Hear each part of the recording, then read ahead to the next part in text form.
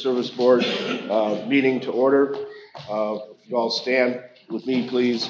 Pledge allegiance.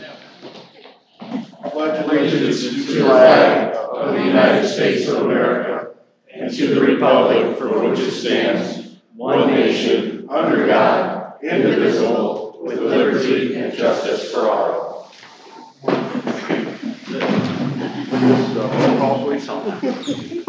Member Modesto? Here. Member Clem? Here. Member Williams? Here. Member Cannon? Here. Member Zilli? Here. Member Lynch? Here. Member Prisco? Here. Okay, we have some minutes that were Dropbox from our previous meeting.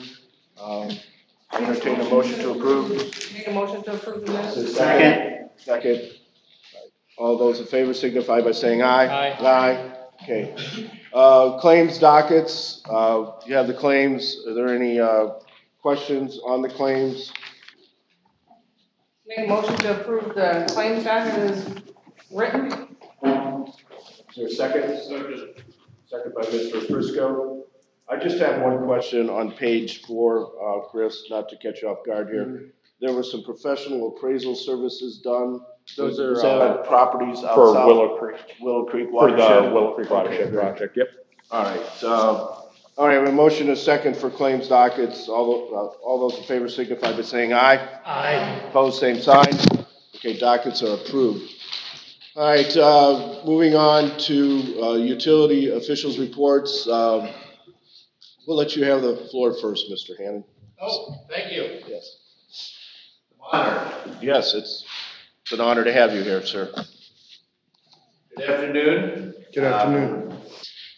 The most important item I have today is the INDOT, Indiana Department of Transportation invoice. So the project, Central Avenue East project, which the city has been working on for a while, was bid.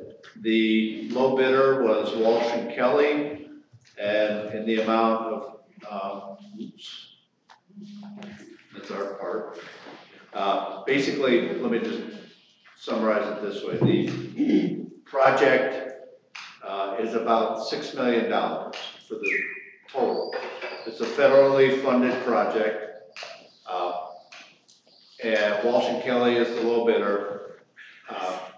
We are required to pay our 20% share of the construction fee. We also are required to pay our share for the engineering. It's the engineer that is required by INDOT to be on the job.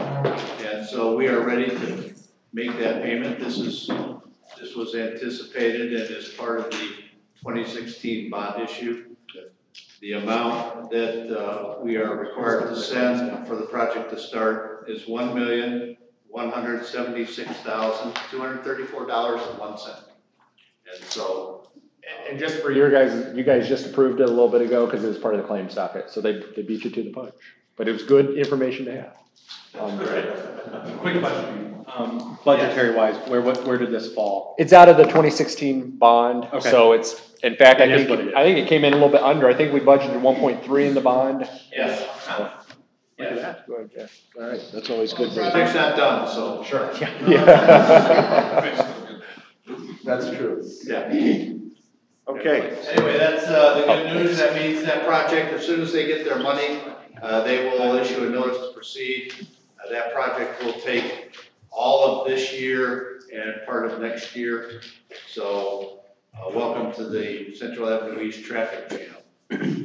Are we advising residents to avoid the area then, I assume? Well, you know, they're gonna figure it out pretty quickly. I mean, the utility companies have been out there making life miserable for us already. But we will maintain traffic during construction, but it won't be the best route to be taken. I have a question. What about the school there at Central Willow Creek? Is that going to be all Well, traffic controlled with what kind of environmental? that's actually on Hampson Road, so we'll be fine. It'll be fine. But I mean, traffic coming. I see where Pat's going because more traffic is going to be going down Hamstrom to Fallen Timbers probably. Yeah, there actually that's on our paving list this year. Okay. There's some problems with fallen timbers anyway. It's one of the roads that kind of exploded on us. So we are planning to pave that. It's going to end up being a heavily traveled alternate route. We're not gonna sign it that way. It's not gonna be an official detour. That's why I was at, okay. But the local people like us will be Sure, driving it. sure. Yes. All right, so that's that. Just one quick question on that. Are we in communication with, what is it, readers, and then there's a hair cutting place and a law office and the shorts? Like, are we in communication with those businesses on how the disruption will be? Absolutely, okay. Absolutely. We will have a full-time person on the job, communicating at all times with all of the businesses. When the designers were working on the project, they came to us actually and recommended that we close the road between Hampshire and Airport Road. We said absolutely not. We can't do that. We have businesses that we can't allow that to happen. So we have been thinking. I mean, they will be affected. It's going to be inconvenient for quite a bit of time. Awesome. John, while we have you, Scott Street, the drainage issue gets fixed as part of this, right? I'm not sure which drainage. It just ponds right there at Scott and Central. I'm assuming because of the nature of this project. Yes, we're building an whole new bridge where Willow Creek. I'm sorry, not Scott. Mission. Mission. That's the one I'm thinking of. Mission Street. The answer is yes. Okay. All of that will be addressed. Scott's further east. That's pretty much where the project ends. So is there only one way out of the, where the old YMCA was back there? No, Is there there's one? two. Is there two? There's two. Okay. And that, There's Church Mission and, Park No, and Mission. Park and Mission. Park and Mission. Yeah. okay, okay. So if one of those is closed at one point in time, the other one will be open? That's exactly right. That's exactly right. Local traffic will be accommodated throughout the project. But that brings up Churchview. Does it extend to Churchview? Because that's a cul-de-sac. No, Churchview is a cul-de-sac, so. Church Views will be Beyond just the, on the other. It will be affected because we are doing that bridge, so they're going to have some effects. But that whole section of the ditch that's fallen apart there on the south side, the structures, the old corrugated metal pipes under Central Avenue, all of that is going to be replaced as part of this project. And are the school bus, is the school system aware of this with the school bus routes? Yes. Okay, Yeah, and that will vary throughout the. kind of what I was going after. Yeah, it'll change. The patterns will change. Sure, oh, I understand, sure. So it probably would be advantageous as far as residents are concerned to maybe get some correspondence or something to the Churchview residents, since they're gonna be most heavily affected. Yes, good point. We can do that. Maybe, we can do that, ma'am. That Courtney lady in the back row. We call her Team Courtney. All right. Sandy McDaniel will have a big role to play with the project.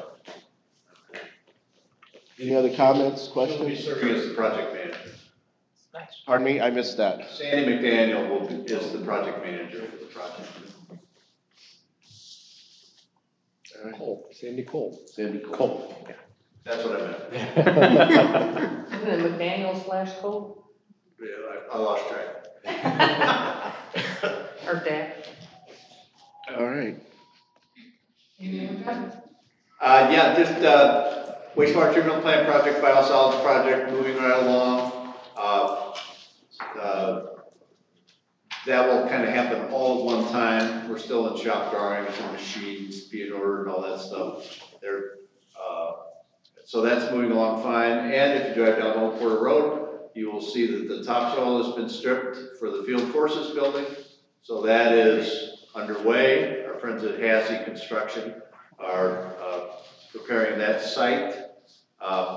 And the West Side Interceptor project, I placed a copy of the latest schedule on in front of your chairs, so you all have that. The traffic closure on Highway 20 is imminent. Weather permitting, of course. the contractor is scheduled to start laying that, the bypass piping. And that project is supposed to proceed along the schedule that we have right here. And then the local CIPP project, the little replacement pipe that we put down in Atlanta is completed. The manhole that we needed to put in where the pipes were not aligned properly is in place. We are out of the way for our in situ forum friends, and they're back in town and they're working. So we got their attention with that action that we took last month. That was very helpful, frankly. Very good. Yeah. That's all I have. Well, thank you, Mr. Hammond. How is South Willow Creek doing? Are we getting the properties and getting them? Yeah, it was mentioned, the appraisals are underway at this time. Thank you. So it's appraisals, property acquisition, and then we turn it over to our friends at Porter County for bidding and for construction. The MOU was approved by the commissioners today. Perfect. So we're not anticipating any surprises in regards to the appraisals and what we're actually gonna be paying? Okay. Not yet. Not yet. Hope not. No question about the Gore project there on the west side of Willow Creek and north of 700. There's been a pooling of water there. It hasn't been moving north in the ditch. Is there a reason why that's pooled there instead of able to flow through the ditch into Willow Creek? I'm not sure I'm familiar with it. So there's a retention pond. And Cardinal Crossing, we're talking. Correct. I guess I shouldn't have said it that way. And it's pooling there, and it doesn't seem like it's running through the ditch that goes through Cardinal Crossing. Yeah, there's a new pond that they just dug. The one right there at 700? Yeah. Yeah, I haven't looked at it in a while. It seems like it's dammed. I mean, I think that's part of the design. I'll find out. I talked to Mel yesterday about some other issue, and he didn't bring anything up, so. Okay. Maybe it's supposed to be that way. But I wasn't involved in the permitting of that project. That was done over 10 years ago, but I'll take a look at it. Okay. Thanks. All right, thanks, John, appreciate it. Thank you, sir. Colin, would you, talk about the bond projects? Well, you just heard 4 updates from John. Parker, Daniel, Bryant, construction work is completed. They're still doing seeding, right? They'll be doing seeding in the next few weeks? Oh, all right, perfect. You didn't mention the status of the NIPSCO trying to get the 190,000 from them. Do we have an update on that? Yeah, I haven't heard nothing. Okay. We'll probably need, Actually, John Hammond was going to try to meet with Rick and Walensky and we give him the contact information, all that. He was supposed to meet with Rick. Perfect. On the local CIPP projects, they're underway in Savannah Heights. I saw them out there yesterday and today. They've fixed the problem on Atlanta. There's still a dip in Loop Road. I'm assuming that'll get fixed. Yeah, we'll get to, the plants are going to go over that. So. Dombey Road, I believe we're just waiting on how we're going to do funding at this point, Chris, correct? Or are we? No, we Funding's already in. awarded bids. Oh yeah, that's right. We did award bids. We're just waiting. I'm sure they're mobilizing and doing their thing. Yeah. Perfect. I just want to know who's going to be the project lead on that one. Dan? Might want to write that on there too next time. Yeah, they actually, we talked a little bit about it when we met for Parker Bryant. And we talked a little bit about it and they have paperwork they have to turn in yet. So all the paperwork we sent to them with the notice of award, they have to finish their paperwork and send it back to us. And They meaning who? Boston Kelly. Boston Kelly. Yes. Compost site expansion, as you saw, we now have the public site open at General Services as we await to figure out what's going on up north off of 12. Sue, do we have an update on that? I know you've been involved in it. We do. I talked to Greg and it looks like everything is in place. We're just waiting for the deed to be recorded. Once the deed's recorded, we can move forward with that project. So we'll be able to get that site up and running. Airport Road ditch, no update on that. Willowdale Pike, Dan, I believe we're just... It's done. It's done, yeah, that's what I thought. Yep. And then, how's it look? brand new. Really? Well. There's no dip in the road. Yeah, it's all, they sealed it all, it's not leaking no more. We put some more dirt on it, and eventually, hopefully, years down the line, we'll have to go in there and do a permanent solution. And then the Branch Street Storm Sewer project, at this point, we know that the drywalls will work because it's sand. John, have we moved forward on that project then? No. Okay. So we'll need to be looking at cost on that at the project committee level to figure out where that cost is going to come from moving forward to get that done. And then Fifth Street's apartments, we're just. I have a question about that. Aren't we supposed to be aren't you supposed to be looking into putting in those drywalls? Yes, we're gonna do that in-house.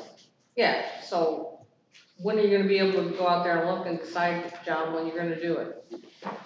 Once we have the low points, get a survey, get the low points, and again, we might disturb the road, so everything will have to wait for the plants to open up, which they're supposed to open up, I believe, the second week of April. We're gonna pave that road? Yeah, I think that Well, road. if we do digging and we do anything with the road, then we'll have to, patch it. Is it on the paving list? That I don't know. I don't think so. No, it would be part of the drywall installation cost. Yes. Okay, I just wanted to make sure we don't lose sight of that. Let's get that done. What's the time frame on that, Dan? You guys have any? Well, like I said, the plan has to open up. It's supposed to open up. A lot of stuff we have to do right now is dependent on the plants opening up, because we have to have the hot mix put back to the road. So I was told by someone from Walsh Kelly, they were talking about opening up the second week of April. So then does that mean it could be done by June 1st? Well, it possibly be done by the end of April, weather permitting. That would be great. Yeah. Let's see if it works. Get them in there and see if it works. Exactly.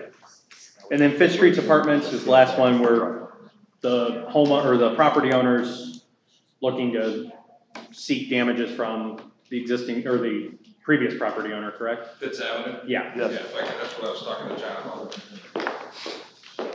So, we were in the design phase. John Hannon has completed the design phase. We were in the process of finalizing the MOU. I wanted to have the buyers initiate litigation against the sellers, which I understand they have done. So we should be able to finalize that MOU this month, which, if you recall, the USB would pay for the project, the owners would agree to pay the tap-on fee, and then they would agree to pursue in good faith the sellers for litigation, and then we would be paid any proceeds from that lawsuit. I've had some discussion. Attorney Lane is here today, representing the Fitz Avenue property owners. Because the design is complete, I would ask the board to approve Mr. Hannon letting it out for bid.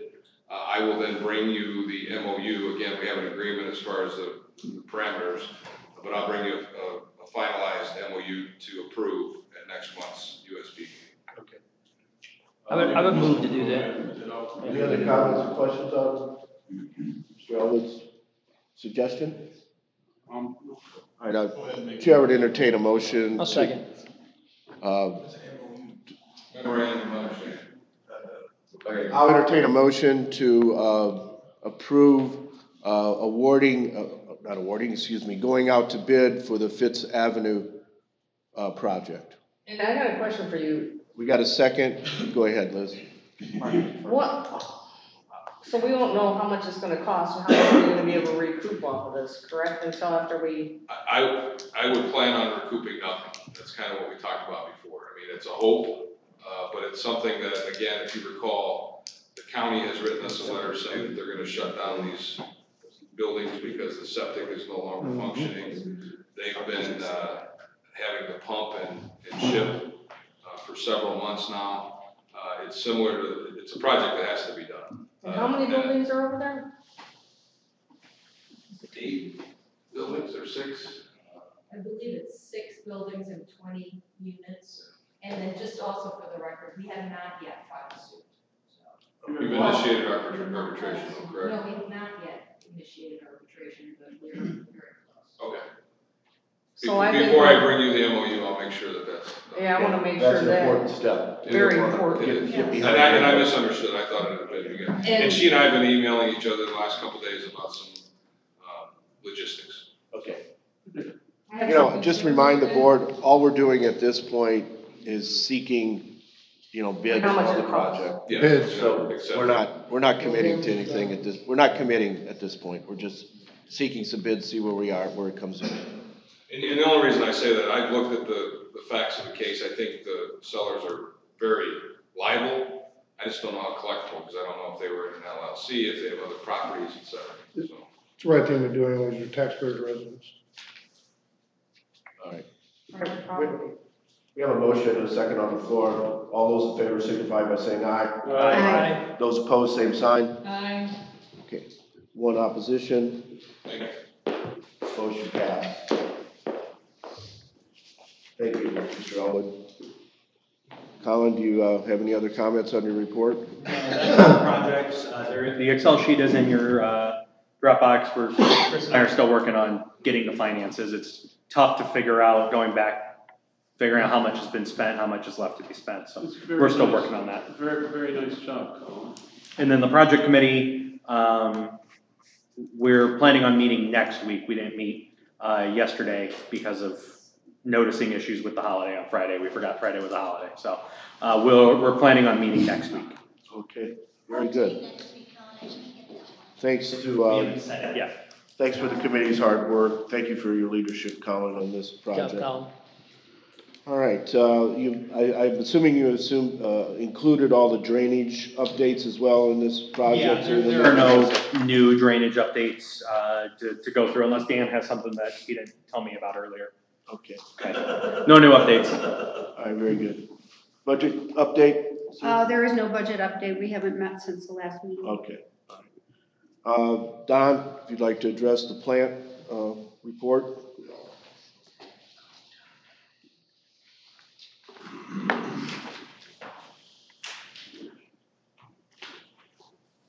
So really, the only thing I have is that we passed our bioassay, and what is a bioassay?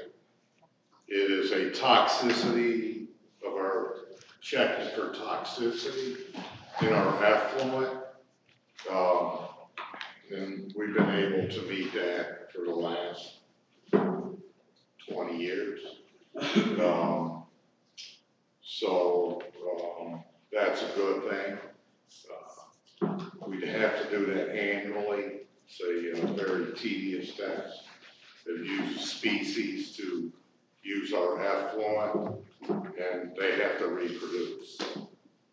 And so that was a good thing. We've been chasing down some foam from some potential areas, but we're finding no detections. What's happening is our tertiary is full of foam, and it's constant. It's been going on a while. It's very hard to put a thumbprint on an industry or a commercial user, or even our own sanitary line throughout the city. We haven't been cited yet for that. The state can come out and cite us if it leaves our outfall, but it's kind of minimal right now out there. And that is a concern that's been going on. We've been sampling. The pre-treatment department's been sampling. We're detecting it in the plant, but it's hard to find it in the waste stream. But it is affecting our facility.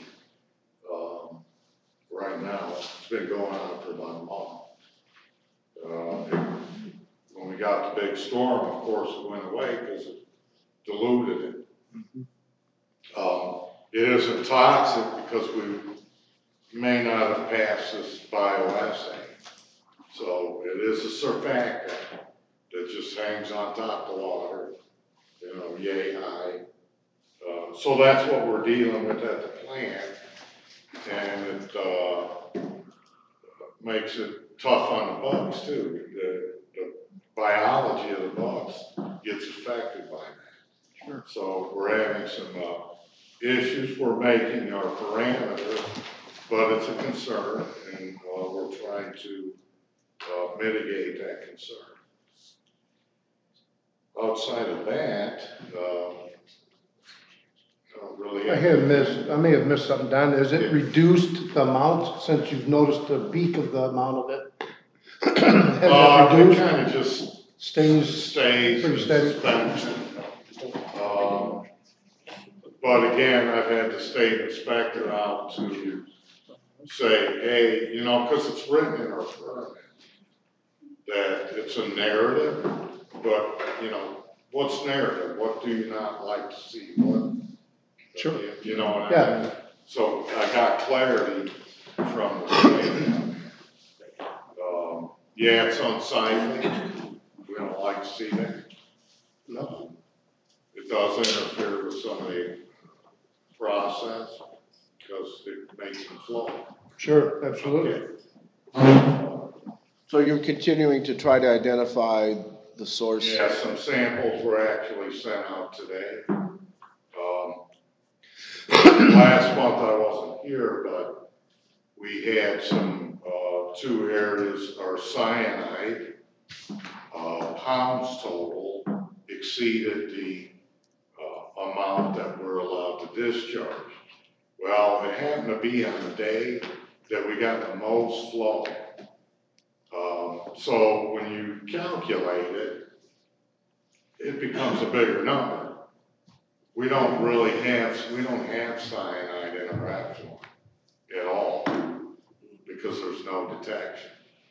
But it's arbitrary, and you have to use a number that is the reporting limit. So when you report it, it looks like, oh, we're over the limit. So I don't know how the state is going to look at that. I don't think it should be thrown out as we always make it. So you may, I don't know if Carl said anything. Mm-hmm. So that one and mercury exceeded the limit, and they've been notified. Mercury's read in nanograms, which is again trace. So it was a rolling 12-month period, and the numbers got high back for samples, maybe June of last year. We start seeing some high numbers. Well, you have to use, you do the sample every 2 months, and you have to roll those numbers every 12 months. So it ends up exceeding it by, I'm talking 1 nanogram. So, so what my response to the state is that we continue to monitor, we send out information to the community, awareness.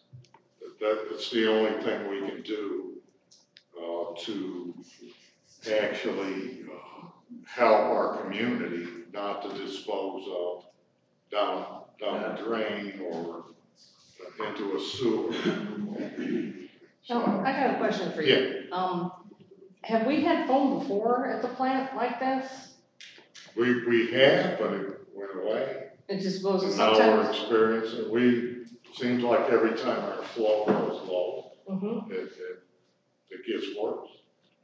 So when we have a lot of rain, it clears up. Yes. So it's coming in somewhere, but it's like a needle in a haystack. You can't. So, is there anything, Don? Yes. I'm sensing your concern. Is there anything we could do as a board to help you get to the root of the problem? Because that's what we need to resolve it.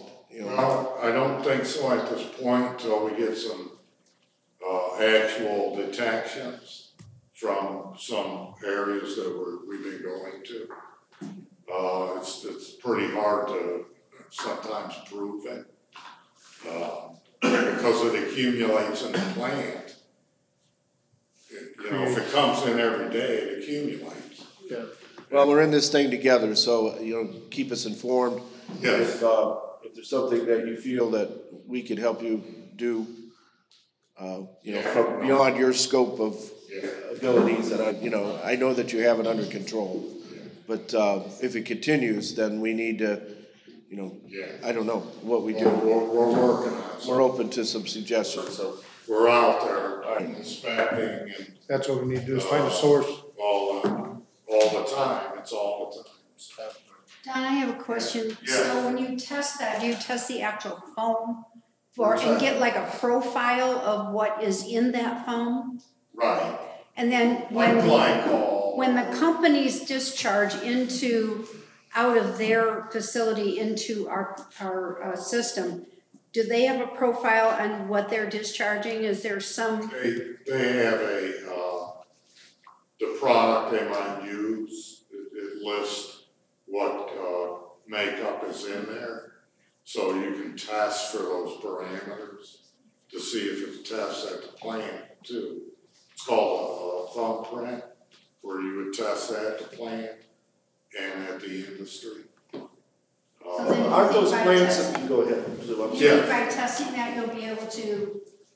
Well, it's still a needle in the haystack, because there could be there's a lot of industry. So those companies don't they have to keep material safety data sheets on file that have an inventory of what products and things that they have within their facility?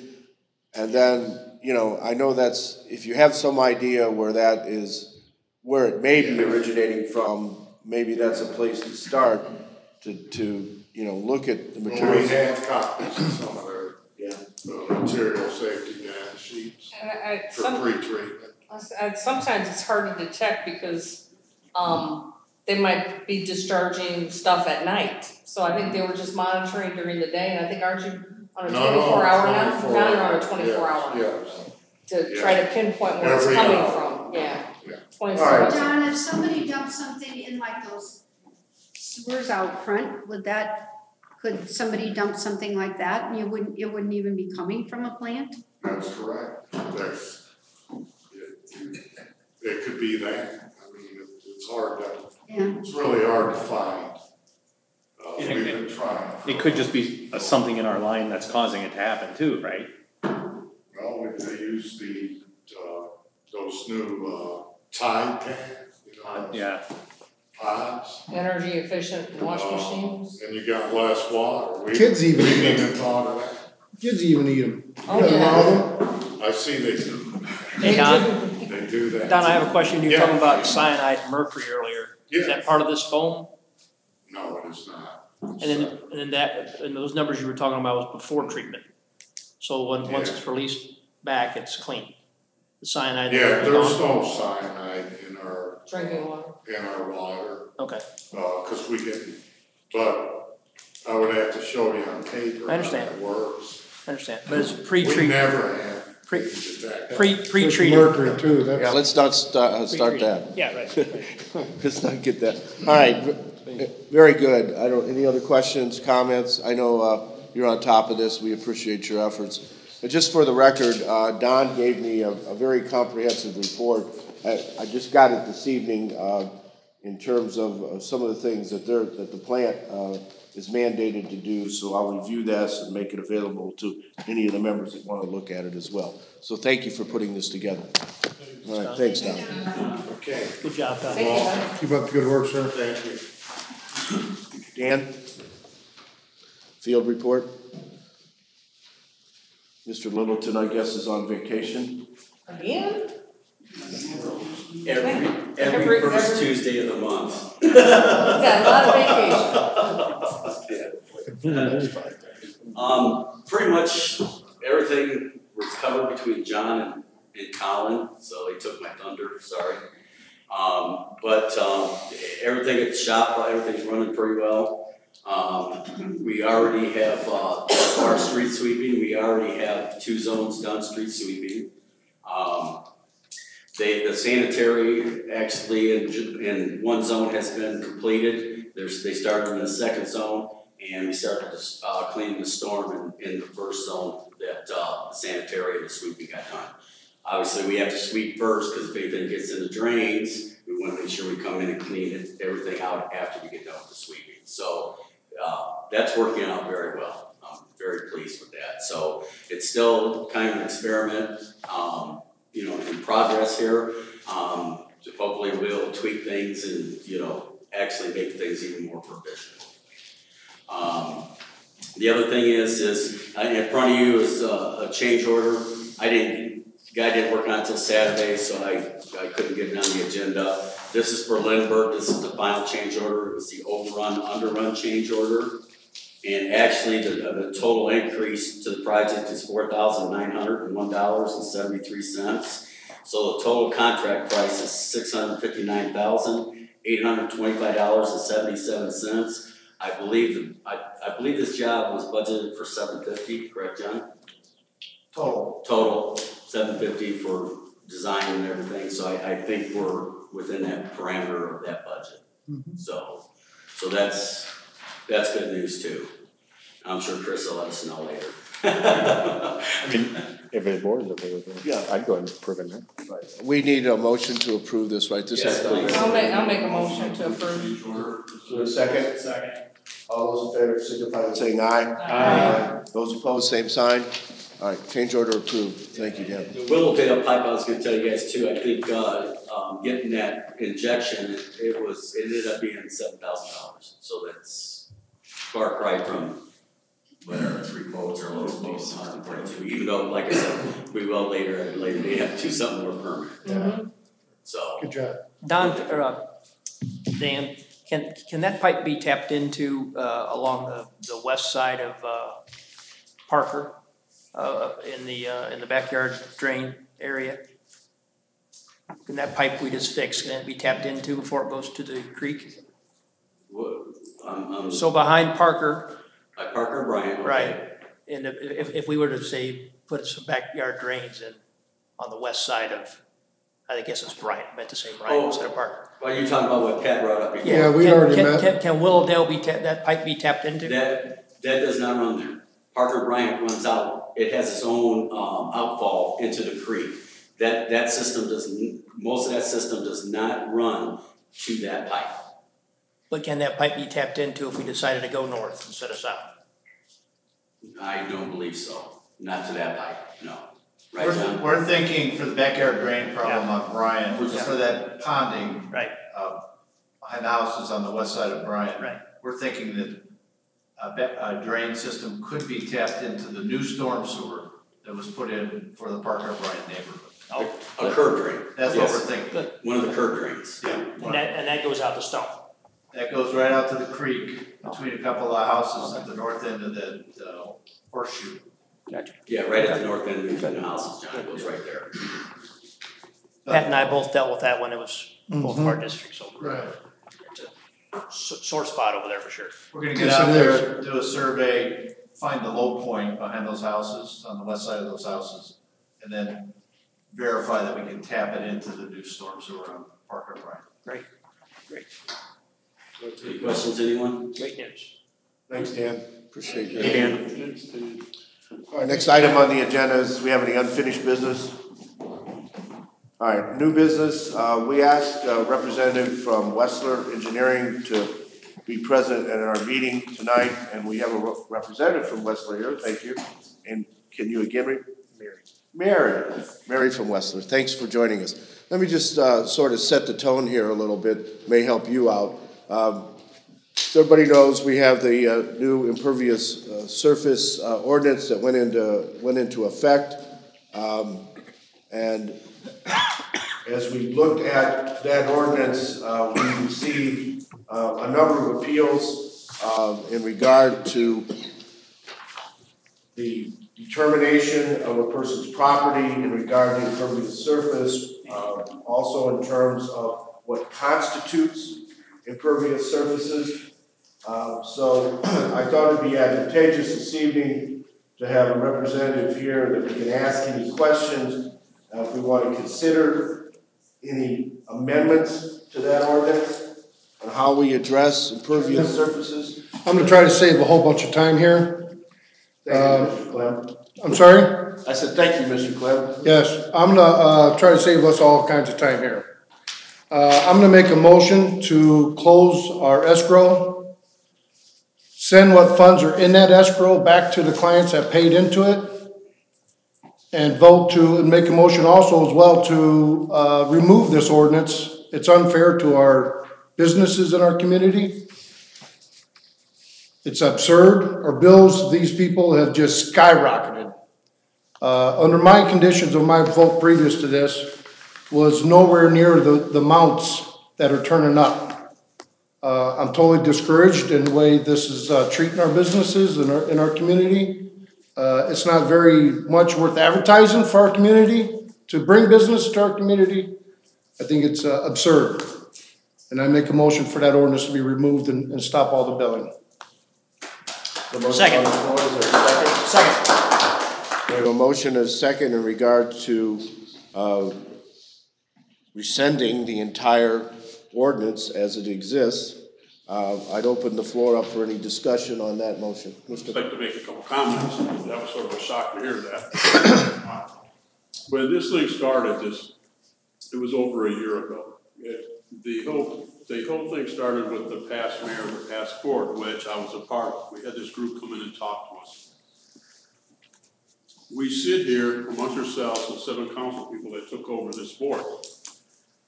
Mark, I can't hear you back here, please. That better? Yeah, mic on? All right, you got it. Mark, I don't think your mic's on. No, up on top. Is it on? Better? Oh, no, it was on. There you go. Okay, I'll try to speak up so you can hear me. Can you hear me? Yeah. Good. Going back, okay, let me go back. Back over a year ago when the past board had this, we have looked at this, at doing this. The reason was, it wasn't to create these enormous fees. When you listen to Colin speak, John Hannon, and anybody up here, we have a plant that costs millions of dollars to operate. You hear about various projects. For many years, we have underpaid, okay? Am I saying that the fees are correct now? Probably not. But to ditch this ordinance, doing that without going through the due process of what is right or what is wrong, I think we still have to go forward. By voting this down, I don't think it's the right thing to do. Are there problems with it? Absolutely. When someone like Doing comes here, it was paying a certain amount a month, and it's raised over $1,000, $1,100 a month, there's issues. But the bottom line of the whole thing, we have to look at the whole big picture for the city of Portage, and to keep our plants going, to keep our maintenance going, our infrastructure going. Without doing these type of needs, you might as well just close off the plant and get some tanks, some septic tanks, some rain barrels, because that's where we're leading to. So I can't just go ahead and vote this down. Anybody else have any comments? I'd like to talk about it. Yes. We're talking about all these different projects we just approved to go and get a Fifth Avenue extension or sewer line ran there. We have a number of storm drainage projects throughout the whole city. And again, I gotta ditto what Mark said. We are not we're not financially stable as far as we are and we aren't. In order to move forward and do some of these projects, we have to raise revenue. And the way to raise revenue is through the stormwater fee. And again, we've been undercharging our residents and our businesses for years. They've been paying the same thing as our residents. And now it's just catching up. Do I think the fee is fair? I think we need to investigate the fee as far as how much we're actually charging for the pervious surface. And that's why we asked Wessler here to explain how they came up with the system they're the ones who did the study, they're the ones who gave the recommendation. So we wanted to hear how they came up with it to make it more feasible for the businesses and also for our residents. We didn't want to pass this larger bill on to the residents because some of them are on fixed incomes. They're paying their fair share and have been for years. And now it's time for the businesses to step up to the plate. They contribute a lot to our stormwater drain problem right now because of the impervious surfaces. And the stuff going out to the lake is not very clean. And like you just heard from our plant, we have some problems there with our plant right now with the foam. If this is something major that keeps going on and keeps building, then we're going to have to make improvements to our plant and find out where the problems are coming from. Are they coming from impervious surface? We don't know. They could be. We have no idea. Like you said, it's like searching for a needle in a haystack. And do I think we should abolish this whole ordinance? No. I think we should look into it and look into the fees. And I think that's what we need to do. We need to put a committee together to look into the fee structure. I've said my piece. Mr. Chair. Yes, go ahead. I guess I'd like our attorney's opinion. This board can't vote to get rid of an ordinance. It's a city ordinance, right? Yeah, it would be a recommendation to the city council. Only the city council can amend the ordinance. You know, I would like to weigh in as well as chairman of the USB, and a member. I think it's pretty radical just to take that step to totally eliminate an ordinance that this board and the council spent a lot of time deciding what that ordinance would be. Our city is crumbling. There's no doubt about it. We have some serious issues that we need to address, and we have to have funds to be able to do that, to make the improvements that needs to be done.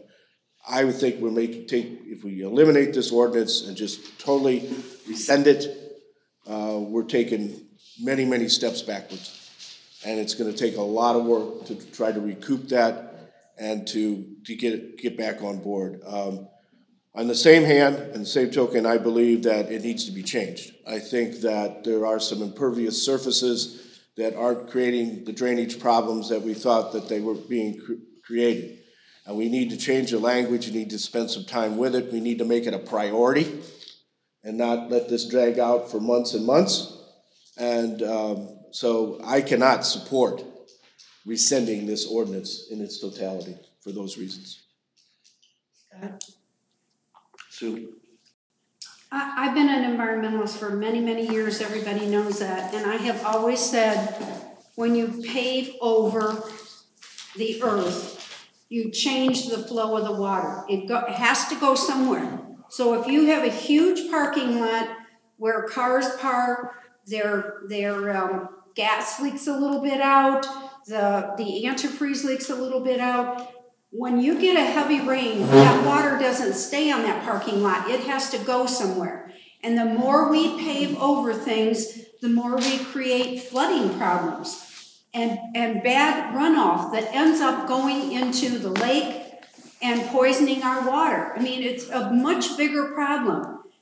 I've said this for years. Look at the Mississippi. It floods now. It never used to because you took away the sponge. The earth is a sponge that takes the water, it cleans it as it goes down through the soils. But when you pave over, that water has to go somewhere. It's still coming out of the sky.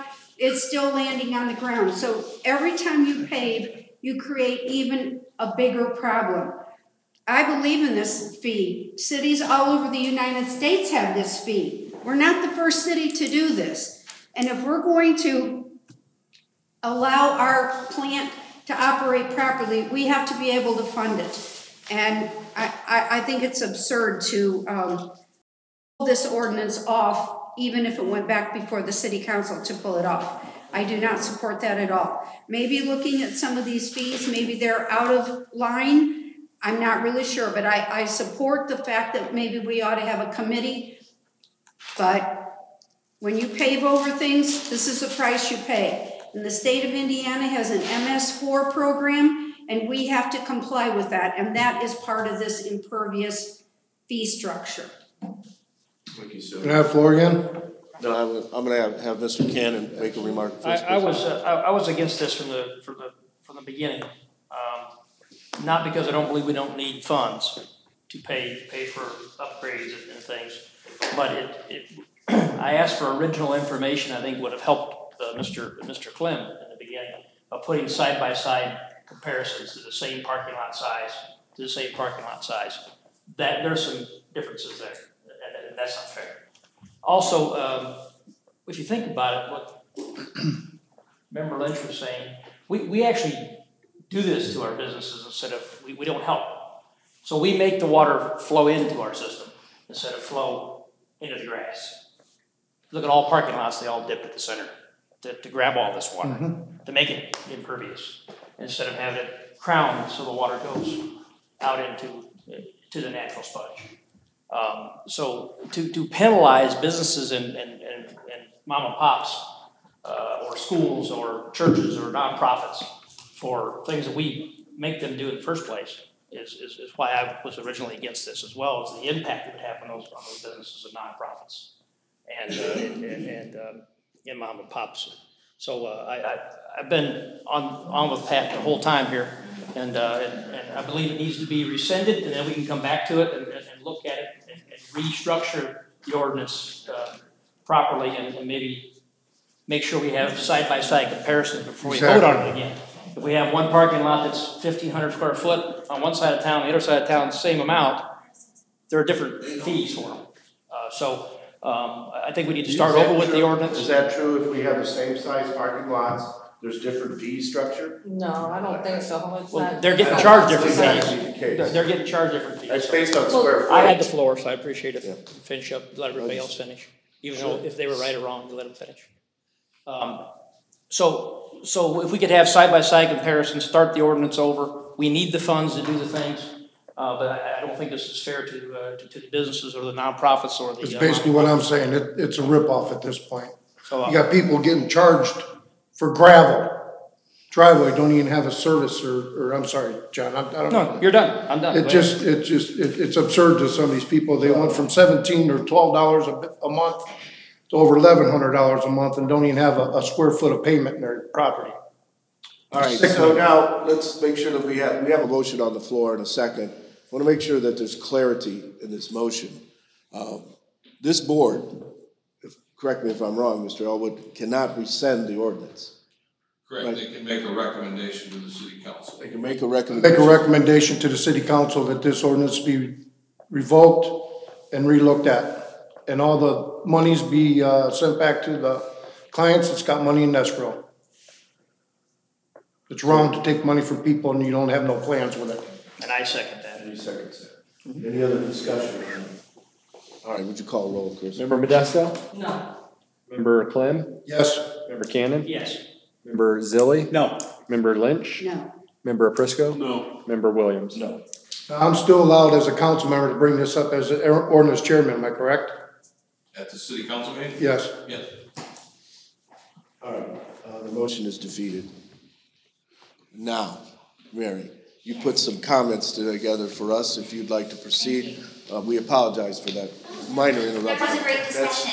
That's how it works. No, you're fine. Mary Atkins with Westler Engineering, and those were great comments. I think that everyone has a basic good understanding about the study that we had completed.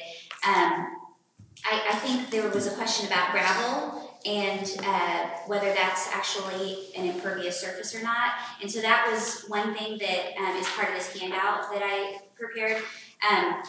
So just a little bit of an engineering lesson to help you understand runoff. There's a formula for runoff, and it's Q equals C times I times A. Okay, and A is area, so you've got this area.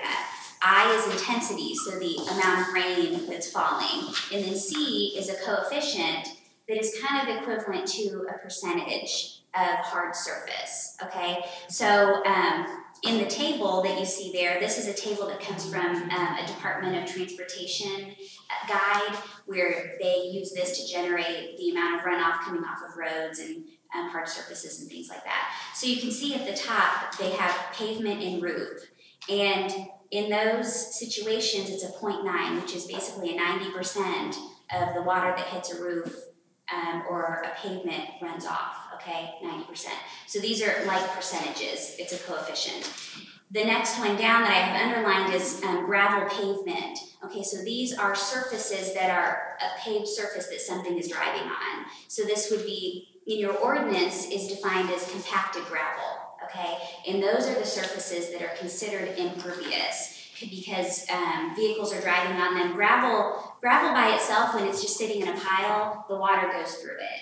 But once you start compacting it so that something can drive on it, then it becomes an impervious surface. So the gravel that would be in a landscaped area or off by the side of off of a road surface would not be an impervious surface. And you can see from the measurements that we did that whenever there was a gravel surface, any of the gravel that's scattered out to the edge, you know how gravel tends to migrate, those areas were not counted. It was the surface that was clearly compacted. Just the 2 paths? Yes, like if it was a drive, yes. Just the 2 tire runs is what was measured? I'm not sure that we had a lot of those instances where there was just a 2-tire run. Well, that's what I'm saying, so. That might be on a residential property? No, we're not talking residential, we're talking business. Well, okay, so what I was getting at is that gravel is a hard surface, is an impervious surface, but there is a process in your ordinance that allows an appeal. Okay, so if someone comes and says, wait, I really only have this part is compacted, these little strips, and that can be evaluated, and you say, okay, yes, we should reduce the measurement because we actually did measure that middle part and maybe it shouldn't have been. Okay, so that's part of the appeals process because the process that we went through was looking at aerial photos. You know, you look at... So you never really measured nothing by hand and you just guessed? There were some field verifications. So if there were questions we couldn't clearly see whether a surface was gravel or not. And gravel is one of those that we went out and did several field verifications because sometimes from an aerial photo you can't tell whether it's gravel or not or whether it truly is compacted. So those were some that were field verified. Now just for one example, one appeal came in and you were wrong. Very first one.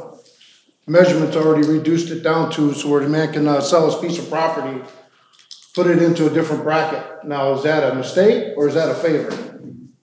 Well, she's probably not aware of that, in all fairness, Pat. You know, I think that anytime you're involved in calculations, there's a chance that an error can occur. So we corrected it. We corrected it, through the appeal process. So the appeal process was working, which addressed it, which allowed us to. I mean, so they did a half-assed job. Then now we got to fix everything. No, I don't think that's what I'm saying. I don't think it's fair to say that either.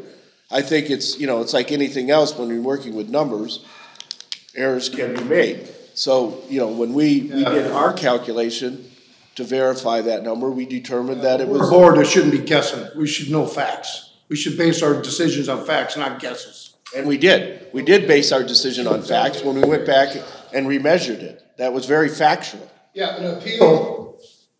Why do we got to go through appeals and change and get everyone pissed off and then try to make it right for someone? That's wrong. Is there any way, I think we have a presentation going on. I think we're being very rude, so I would well, like to you know hear what? the presentation. Too bad. Mr. Chairman, can we have her speak first and take questions after? Oh, thank you. This is Please. Let's let her finish, Pat. These are legitimate concerns, and I understand that we've developed several stormwater utilities with other communities, and these kinds of things come up, that there's an appeal, and we help to verify them and help you work through those processes.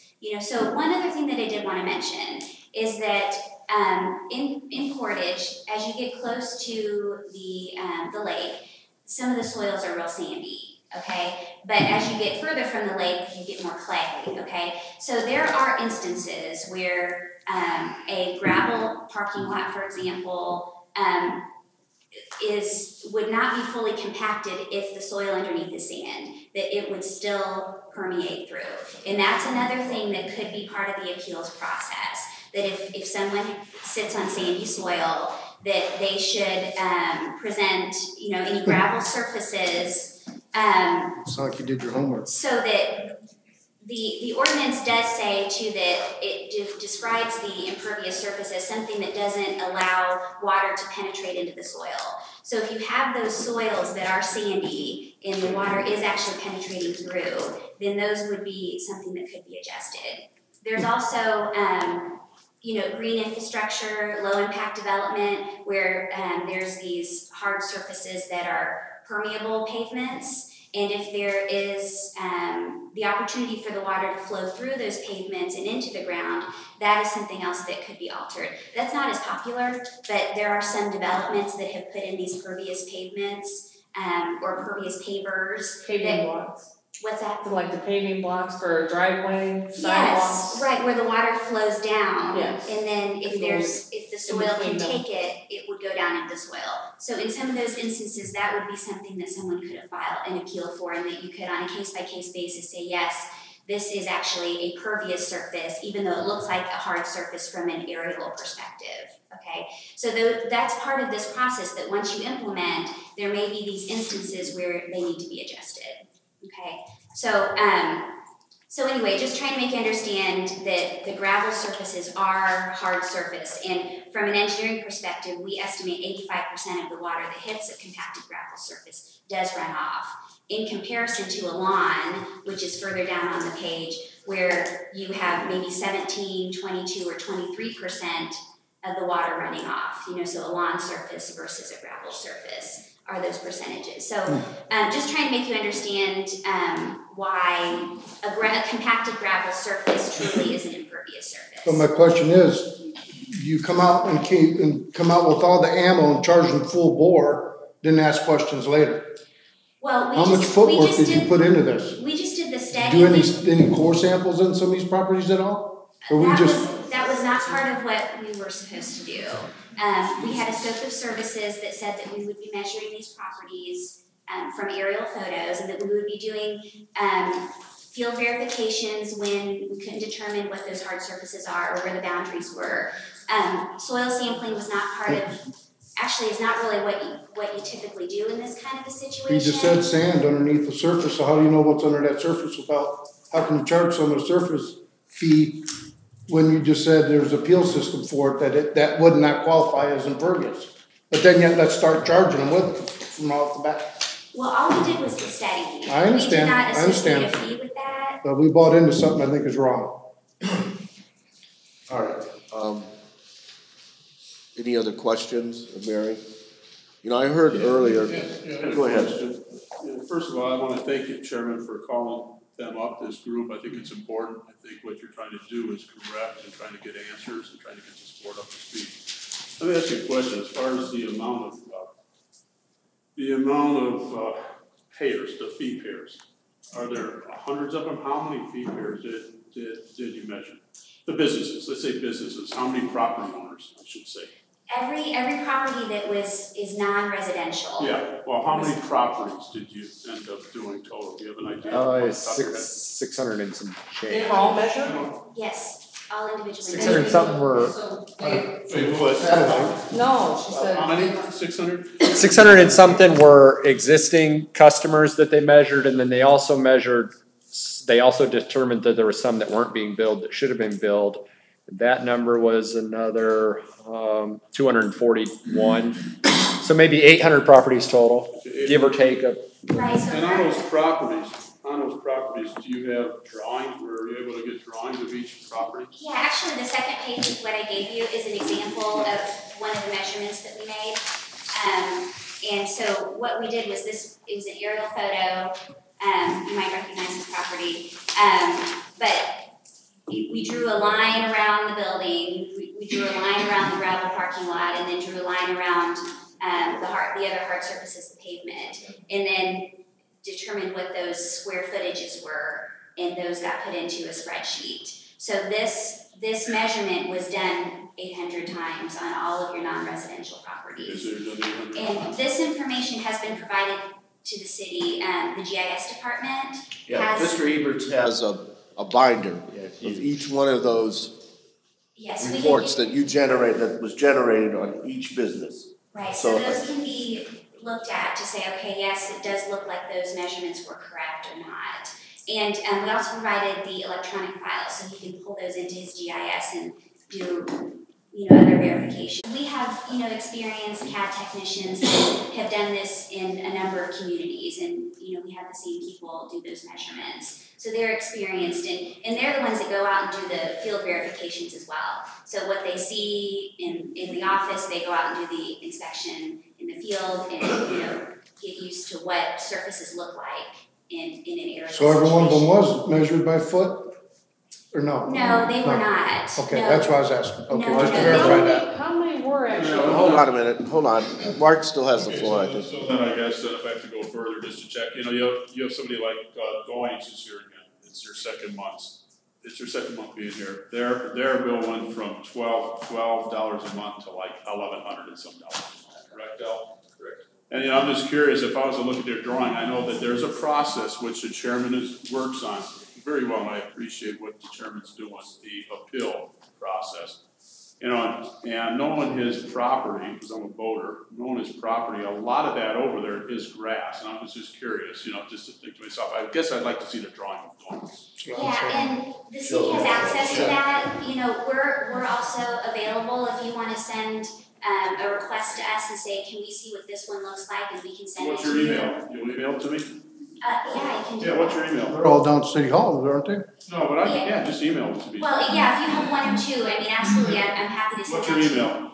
Yeah, it's Mary, M-A-R-Y-A, at WesslerEngineering.com. Thank you. And Wessler is W-E-S-S-L-E-R. Do you have a card, Mary? I'll I do send have that out to cards. everybody. Can you repeat that again? I'll send it out to the board so they all have it. Give me my card. Oh, yeah. Yeah, I'd rather have a card, thank you. That'd be great. Well, they get hit tonight with 120. All right, here's what I'm gonna, Well, Joe, yes, Mr. Chairman, yeah. Joe Ebert. I know, but it's so easier for me though. I'll, as soon as Mary gets to the podium.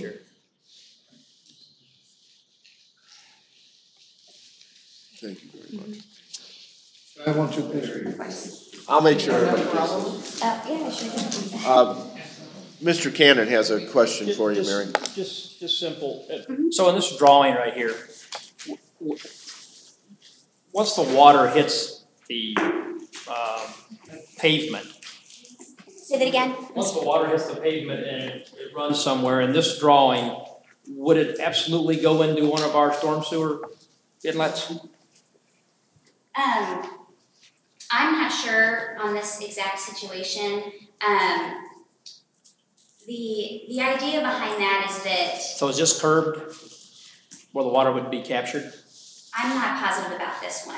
Some of them are curved. Is that, I'm sorry. Yeah, some properties, like you said, the water flows to inlets, maybe they have a detention pond, the water outlets at some point. But the idea behind these impervious surfaces on properties is that the city has to keep the roads clear and from flooding. The city can't go on this property and make improvements, okay? So they're not paying for the hard surface on their property so that they're getting a benefit for the water on their property. They're getting a benefit because the city overall is able to fix drainage problems so that there's no flooding in the streets. And so this business, their customers can drive to their property and come there. So that's kind of the idea, is that you're not trying to promote the fact that you're paying a fee and we're going to fix problems on your property because the city can't do that. Not asking that. So if this property is not curbed off the, say the driveway they're coming off of Houston is not curbed, would that water then run into the grassy area? It's possible. I think it depends on the rate and the volume of water. Okay. Unless it's a small amount of water in a low rain event, the water would eventually run past the grass and go somewhere else. Depending on how flat it is, what kind of slopes there are, every property is a little bit different. So I think that you could, you absolutely could figure out the runoff that's coming off of every single property and then monitor that. But that's not what stormwater utilities do. Okay. One last thing, Mr. Chairman. I promised one. I thought of another one. The gravel area that's in this picture. Where does that water go if it just sits there? Does it eventually soak through the gravel, or because I'm assuming this has puddles? I can see divots in it, just in this picture. And I've been on this property, so there is divots. So if the water puddles in this, where does it eventually go? Does it run out of them puddles into the grass, or does it soak through the gravel eventually? I think it depends on what kind of soil is underneath. It might eventually soak into the ground, it might evaporate. If there's any slope to the surface, it would run off. So there's a variety of ways that where the water could go. So this property had a retention pond on that big square there to the north, well, I guess to the east, northeast. Would they be helping this neighborhood and helping the city if they had a retention pond? Well, going back to the idea that was presented previously about how hard surfaces increase the runoff. So when a property develops, they are required to hold that water because they are now causing the water to move faster off the property than it was previously. Right. So I would say that they're doing what they're supposed to do by putting in a detention pond, not necessarily helping, that it's bringing it back to where it was supposed to be. Does that make sense? Sure. Yeah. Thank you. Okay. So Mary, if you have a property that isn't curbed and you have a 2-inch rainfall and you have a lot of water coming one time, it runs off. So it runs off onto the other property that isn't their property and can flood them. It could. Yeah. I mean, usually when businesses develop, they plan on where their water's going to go, you know, so it doesn't just run off and flood other properties. I mean, I think you have ordinances against that you have to account for that drainage. So, you know, most businesses have, it's been planned as to where the water's going to go. But hopefully it doesn't go off onto a neighboring property and then flood an adjacent property. Hopefully it ends up in a conveyance of some sort and is conveyed to where it needs to go, into a stream and eventually to the lake, so. Okay, I'm going to make a recommendation here.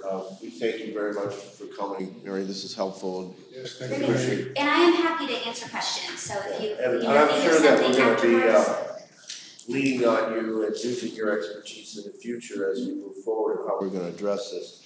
I had heard it was suggested informally that we develop a committee to look into this ordinance and language and how these calculations are made, how we're going to treat gravel, how we're going to treat other surfaces beyond the buildings and the asphalt and the concrete, because I really think it boils down to that. Doynes Marina is a good example. Obviously a large set of property there, a large property that has some, you know, what I would call non-traditional types of surfaces that we need to address. That and they are probably setting on sand, knowing where they are, and that I think is something we need to take into consideration. Of the subsoils above, you know, that exist below the actual topsoil and top surfaces. So, Mark, I'm going to ask you to chair this committee. And I would ask you to include members that bring in both points of view, you know, Mr. Clem or Mr. Cannon, so their point of view is heard, and maybe a 3-member board that you can meet, treat this as a priority. I'll try to attend those meetings when I can to be a part of it, and make some recommendations that we can present at our next meeting. And if we have to, if the board feels that we need to have a special session to address this, because I believe it's high priority, we need to take that into consideration as well. Okay, sounds like a winner. I'll pick a couple of people. Thank you very much. I'll let you know who I'm going to pick. Mary, could I ask you, how many cities in the state would you estimate already have an impervious fee? Oh, that's a good question. The Western Kentucky University does a study that's across the United States, and I think that there are well over 100 stormwater utilities that are in their study in Indiana alone. And in their study, it says whether they do the ERU. I would say over half of them are established on the ERU. And in that study, too, they do discuss that the ERU is the most defensible way in which stormwater utilities are established, because there's a variety of ways that you can establish fees. But the ERU really is, related to runoff, which, is a stormwater, and that tends to be most defensible. For the public, can you clarify what an ERU is? Because Yes. most people have no idea what that means. Sorry, I get into lingo sometimes. So ERU is an equivalent residential unit, and each community has their own ERU, and it's the number. It's kind of like a billing unit, like with the electric utility, they bill off of kilowatts. So a stormwater utility would be billing off of an ERU, an equivalent residential unit. And in Portage, that is 3,500 square feet is what we've determined in the study. Multiply that by 1250. Say that again. Wouldn't our rate 1250? ERU rate? No. If you're anywhere above, or once you hit, what is it in the ordinance, 60? You're right, multiply it by 12. Yeah.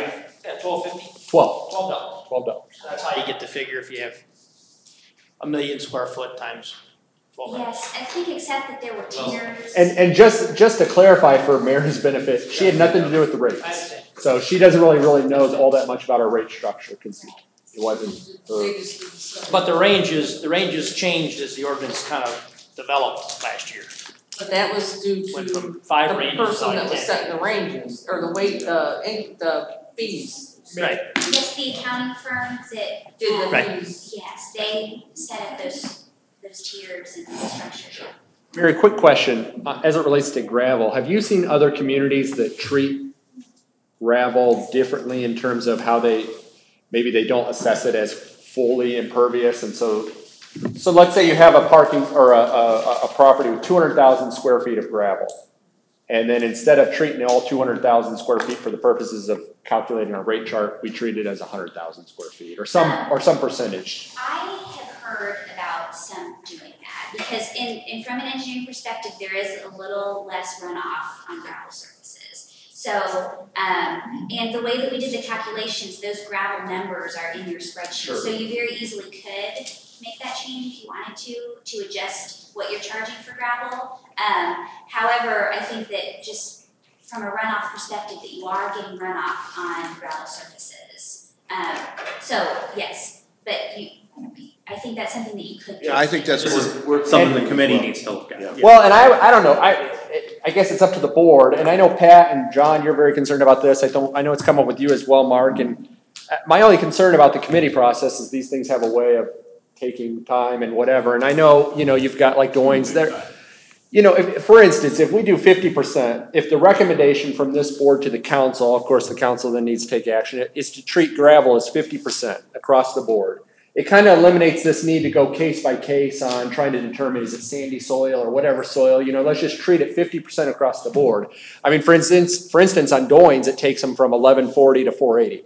It's a huge drop because of how we treat gravel. That might be something this board simply considers doing. Something like that also, instead of going through a whole process. Right, and I don't think we're ready to decide that tonight.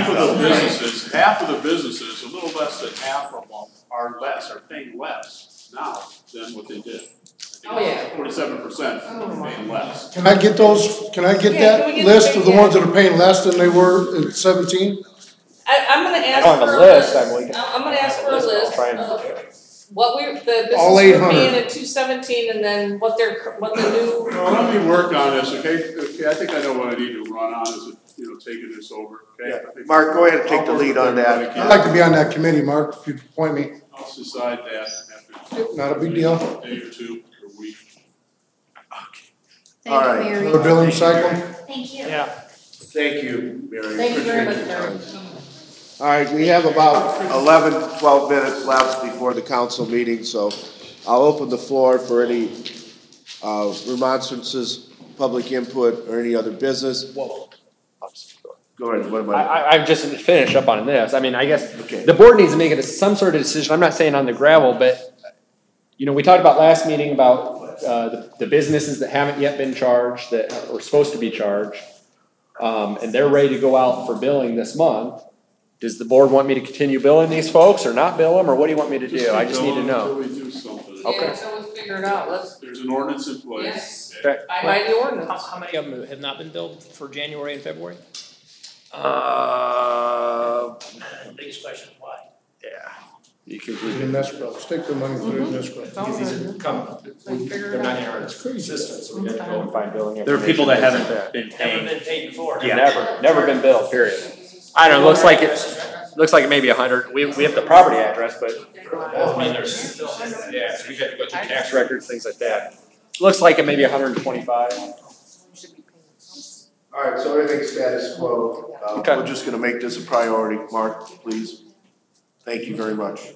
All right, our last, public input, if you come up. Yes, you may. Thank you. Please come up and, state your name and address, please. My name is Joseph Boyd. Do you need a chair, sir? Hi, Joe. No, I'll stand. You sure? Okay. Hell, I went to Korea, I could do it in there. Thank you for your service, sir. You're welcome. Most of you I've known for a long time. I've been a Portage resident for some 50 years. I was a bit surprised when I came in here to see this lineup because I'm used to the old board being like 5 people. Who's the engineer here? John Hammond. Your old friend, John. No. The one that sits on the board. See, it used to be the mayor, an engineer, and 3 appointees. That was years. 2009. Well, I've been around a long time, told you that. Yeah. Now, I also know that the mayor was paid extra for coming over to become part of the board.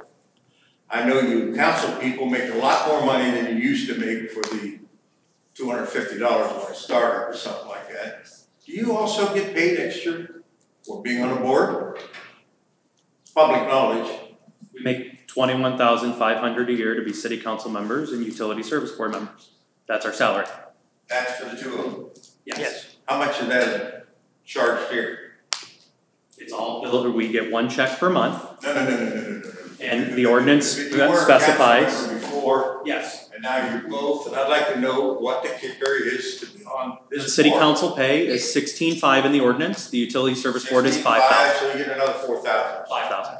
5,000. I don't think it's 5. Okay. The previous board was paid The city $2,750. The council has done a magnificent job over the last few years since the state passed the law that you couldn't tax more than 1% of the appraised value of the property. Since that time, this group, maybe not all of you been a part of it at the time, some of you have now taken streetlights away from what used to our taxes pay. It's now paid through the electric company and we pay extra. You did the same thing with fire plugs, okay? We now pay extra significantly. You've done the same thing with the garbage. Used to be in our tax base, now we pay extra, okay? And now you're doing an end run around wastewater with this cockamamie thing. I've been here 52 years, it's rained, it's all ran down the ditch, okay? It still runs down the ditch. Can you tell me how much of the storm water, unless you have a 100-year rain, like what you used to get every other week when Sammy was mayor, how much of the storm water goes into the sanitary stores? Well, our last big rain, Don, how much was the plant doing? We went from 3.5 million to 16 million. What does the gauge? What does the gauge stop at? Well, you know, you've had this stormwater management going now for so many years. Why is the stormwater not managed? Lack of funds. There's lack of funds. I would contend we're doing a great job managing the stormwater. What evidence do you have that the stormwater is not being managed? Pardon? What evidence do you have that the stormwater is not being managed? Well, he just said it all goes into the, And our plant didn't discharge into the lake. They didn't bypass into the lake. They handled it all. Our plant handled 16 million gallons a day and didn't discharge into the lake once. And the gauge stops at 16 million. It could have well been 20 million for all we know. The problem though is that you shouldn't have any amount like that of stormwater going into the sanitary sewers. We agree. That's the point of doing these projects, so we don't have this problem. And that's why yes, that's exactly the point. Wait, Joe, first of all, you just said, you remember a board that had 5 members on it. We just took the board over as a city council. March of 2016. A year ago. 2 years ago. March of 17, We made sorry. drastic improvements in the last year. And one of them are, if you sat through the whole meeting, you heard the different projects that we were doing. Well, we had a project report. I view what I've seen here, what I've heard here, what I've heard the explanations. From where I sat back there, it was a wow, wow, wow, wow, wow, wow, a lot of mumbling because I can't really hear what they're saying. Okay? Maybe there was something that you could work with there, maybe not, I don't know. But my problem is, I view this new ordinance as another method of getting away around our tax base to form another charge on the people of this community. Sue Lynch, you talked about old people. You know, Mr. Fixed White, income. the fees on the residents didn't change at all, sir. Pardon? The fees that we implemented didn't change on the residents. These fees that we're implementing. But you're taxing the hell out of our people that own businesses here. You want to be like California, run them all out? Listen, I know this is a more liberal end of Indiana, but you still don't want to run the businesses out of town. All right, Mr. Boyd, we appreciate your comments.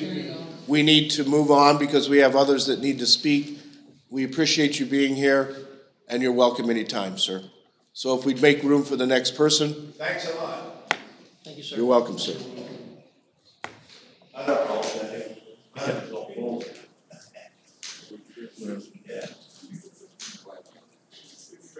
Hi. Hi. My name is Dorothy Whitaker. I live at 2801 Locust Street, Portage. I live on a steep hill. All my water goes down, my driveway or probably soaks into the sand. Anyways, my main concern is I've lived here since February 1978, and I've raised my family here, 2 children, loved it, loved Portage. And my main concern now is I'm retired, a widow, on disability, and if we could kind of like get a higher increase for disability and senior citizens on our bill, we get $3 now. If we could raise that to 6, that would be at least 10% of the total, not even 10% of the $64. Right now we only get $3. And I was in Arizona because of illness from 2008, November of 2008 to 2014 in May.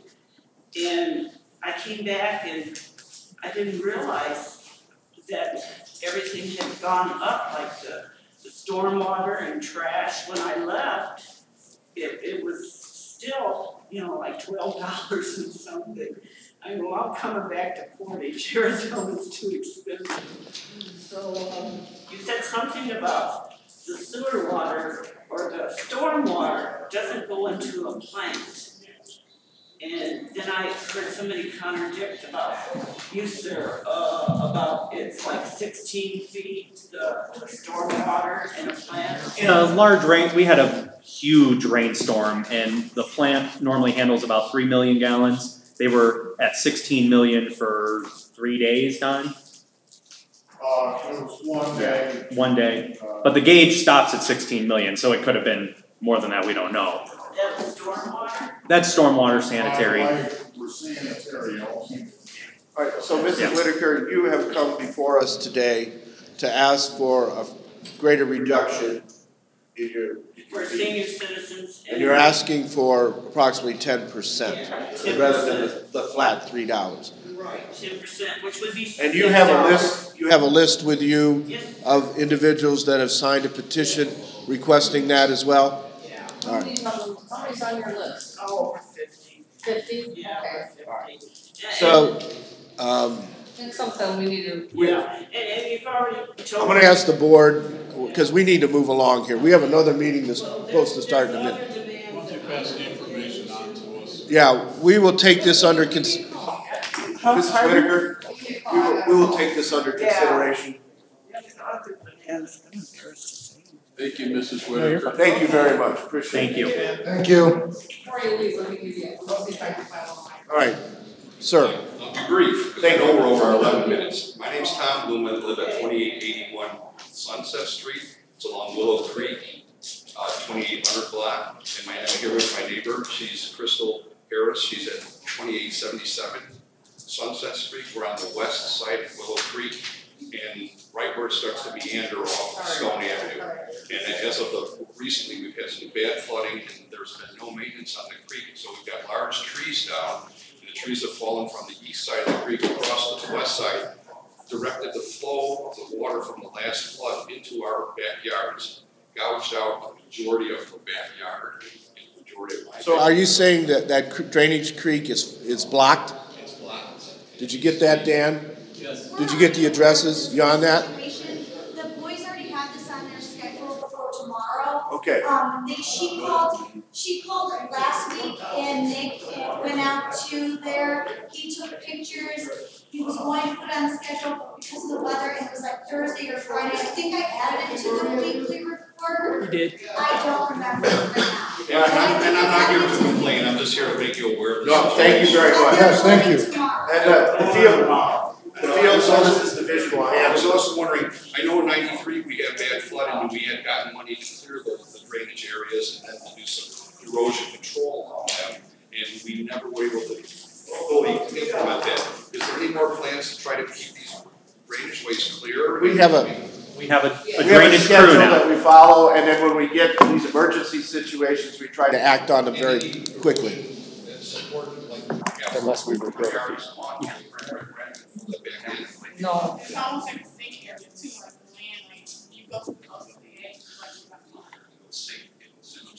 You don't have an erosion. Dan, can you get his contact information, and maybe if we need to, we need to connect your department with him. Sir, I have a question. How long has those trees been across that creek? Pardon me? How long have the trees been across it? Those have been, when did you been?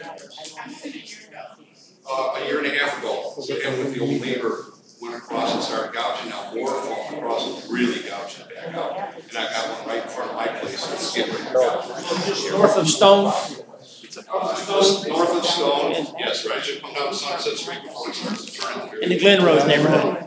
Yeah. Still there. All right, thank you, sorry to be here. They got pictures and stuff, but we didn't retain it. Well, that's great.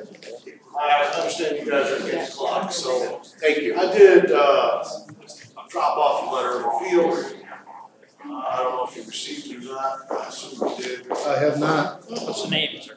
Chris Scott, What business is it? it's really not a business, I own commercial property on, Yes, Drive. Mr. Scott, I did get your email. I have your information. What I'm gonna do at this point in time is pass along to our GIS guy to double check everything, and then we'll be in touch with you.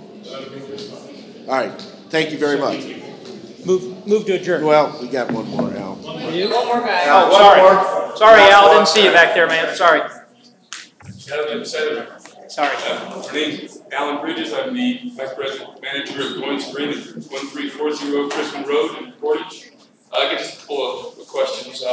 What is the criteria for a business to receive a stormwater bill? Is there, if they've got storm sewers near the property, they've got sewers on the property, or is there anything, what is the criteria that determines what businesses or address, I'll put it that way, receives a bill? Receives, what commercial property receives a bill? Is that your question? Yes. Or an address in general. Well, we have those businesses in our database, right, Chris? I think Mary has the answer to that. Right. It's every parcel. And everyone anyone who's a parcel within the corporate limits, it has the impervious surface, the hard surface, those, So if there's no sewer on the property, no storm sewer on the property, they still receive a bill. Yep. And I think just to clarify, and Mary said this earlier, I don't know if you caught it, the stormwater fee isn't for services of stormwater on your property. It's for the runoff onto streets that people drive on. So that's where the fee, stormwater fee originally from 2010 has confused people. Is it's not stormwater service on your property, it's the water that runs off property onto roads and into the system that the city then has to maintain. So if there's no storm sewers in the area, we still get the bill. the water still runs on the streets, it still goes into, that's the idea behind stormwater. Next question, I think I heard you say the gravel area is calculated different if it is ribbon on, so it's compacted, as opposed to if it is not ribbon on? Right, so like a landscape Right. area. Okay, Right. how about an area that is not driven on, where things are set on, but there is no gravel over the top of the surface of that?